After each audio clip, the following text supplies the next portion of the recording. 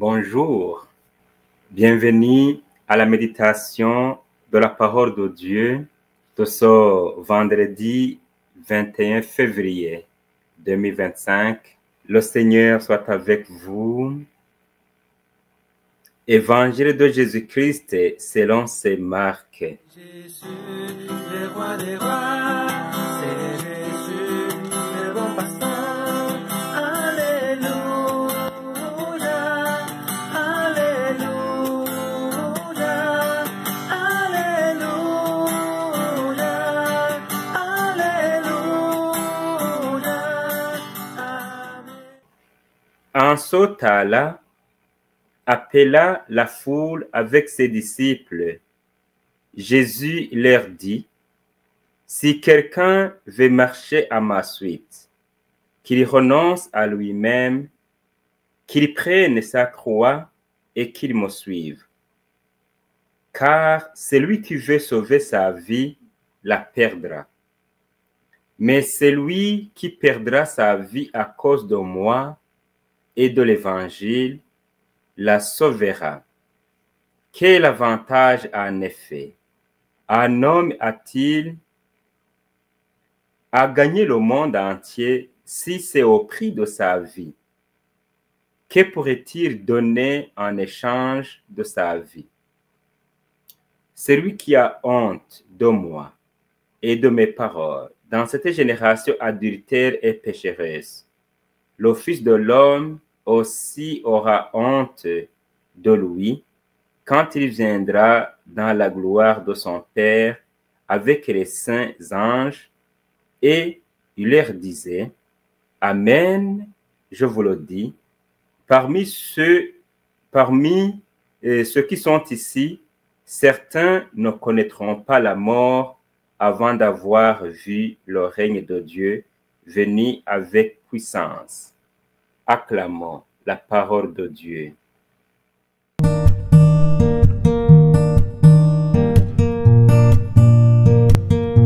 Voilà, chers amis, la parole de Dieu que l'Église a prévue pour nous, que nous allons méditer maintenant avec vous et voir le message que Dieu nous donne aujourd'hui. Dans l'Évangile que nous avons médité hier, Jésus nous a annoncé la croix pour lui. Donc, quand avec ses disciples, il a dit qu'il va mourir, et puis d'abord il a dit qu'il va souffrir, et puis qu'il va mourir, et 3 jours après qu'il va ressusciter. C'était vraiment une manière d'annoncer la croix pour lui. Et ce que certains disciples, comme Pierre, n'ont pas bien accueilli. Et Jésus, il leur fait connaître que leurs pensées ne sont pas de Dieu, mais celles des hommes. Aujourd'hui, il annonce la croix pour les disciples, c'est-à-dire pour tous ces et ceux qui croient au Christ. Nous aussi, nous faisons partie de ces derniers.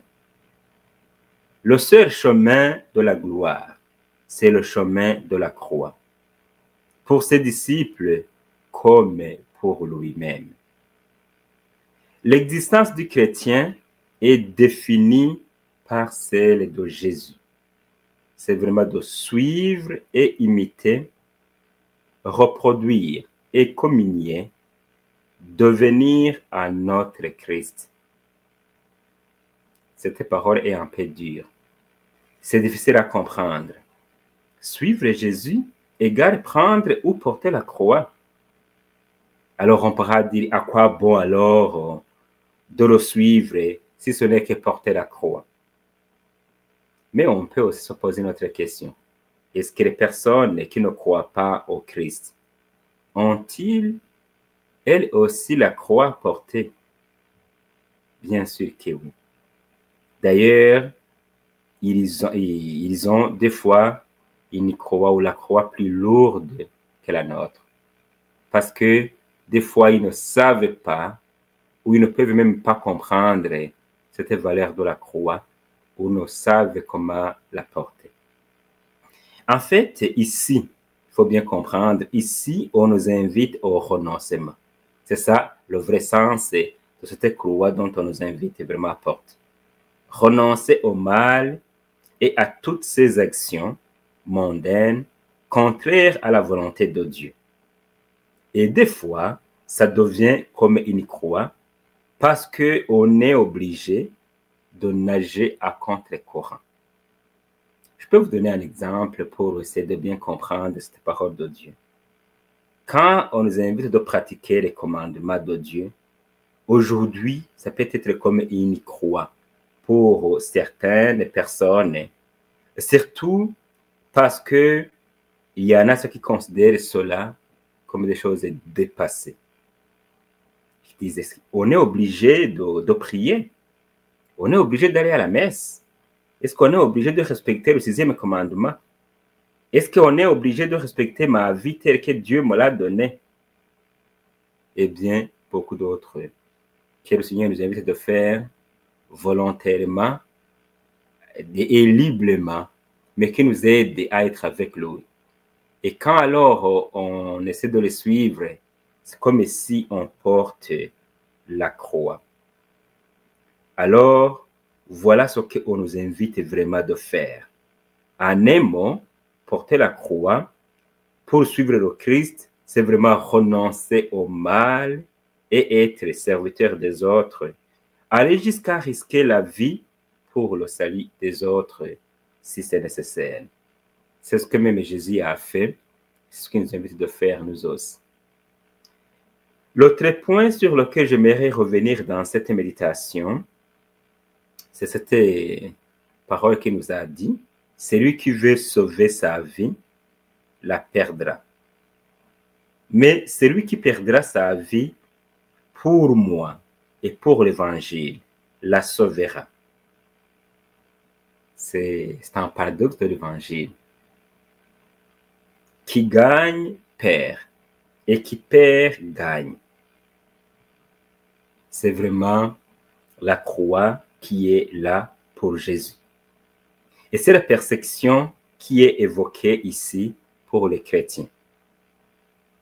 Il faut accepter de se sacrifier ou de sacrifier sa vie par fidélité à Jésus et son évangile. Ici, pour bien le comprendre, on peut penser aux premiers chrétiens. Les premiers chrétiens, ça veut dire les chrétiens des premiers siècles, le premier, deuxième siècle, troisième siècle, comme ça. Nous savons qu'il y a eu beaucoup de martyrs. En fait, à cette époque-là, donc, être candidat au baptême, c'était aussi égal à être candidat à la mort ou au martyr. Vous vous en souvenez avec ces saints et saintes qui ont donné leur vie parce qu'ils croyaient au Christ. Et alors, Jésus, il faisait vraiment allusion à cela. Même actuellement, pas de vie chrétienne sans renoncement. La vie, selon l'Évangile, n'est pas toujours facile. Mais si on l'accepte, on a la vie pour toujours. C'est-à-dire, on a la vie ici sur la terre, on a aussi la vie même au ciel, auprès de Dieu lui-même. Tandis que si on abandonne Jésus, des fois on peut se réjouir dans son monde pendant peu de temps, et puis pour finir dans la guerre après la vie sur la terre. Prions alors, chers amis, aujourd'hui pour la conversion. Revenons à Dieu de tout notre cœur. C'est là où même la croix, les problématiques que nous rencontrons dans ce monde ne seront pas vraiment lourds comme on peut le penser des fois pour certaines personnes. Voilà la méditation que j'ai voulu partager avec vous aujourd'hui.